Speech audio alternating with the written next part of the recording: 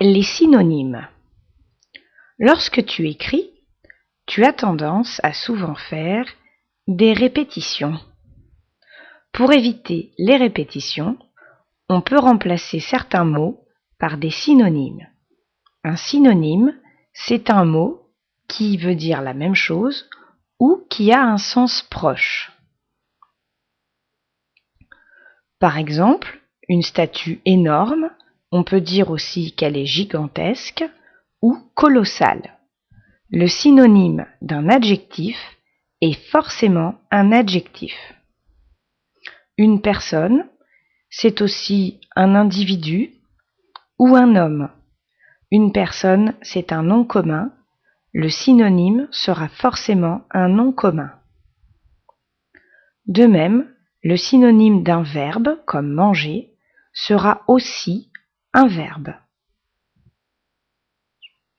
Pour choisir le bon synonyme, il faut faire attention au contexte.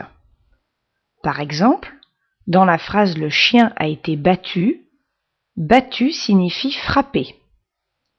Mais dans la phrase « l'équipe a été battue », battu signifie vaincu. On ne pourra donc pas utiliser le même synonyme dans ces deux phrases. Il faut aussi faire attention au niveau de langage.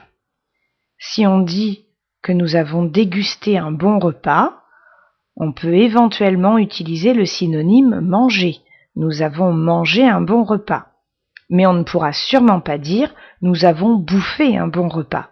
Déguster appartient au registre de langage soutenu. Manger, c'est le langage correct, alors que bouffer, c'est du langage familier. On ne peut pas remplacer un mot du langage soutenu par un mot du langage familier. Dans le dictionnaire, les synonymes sont indiqués par l'abréviation SYN ou par une flèche. À demain en classe.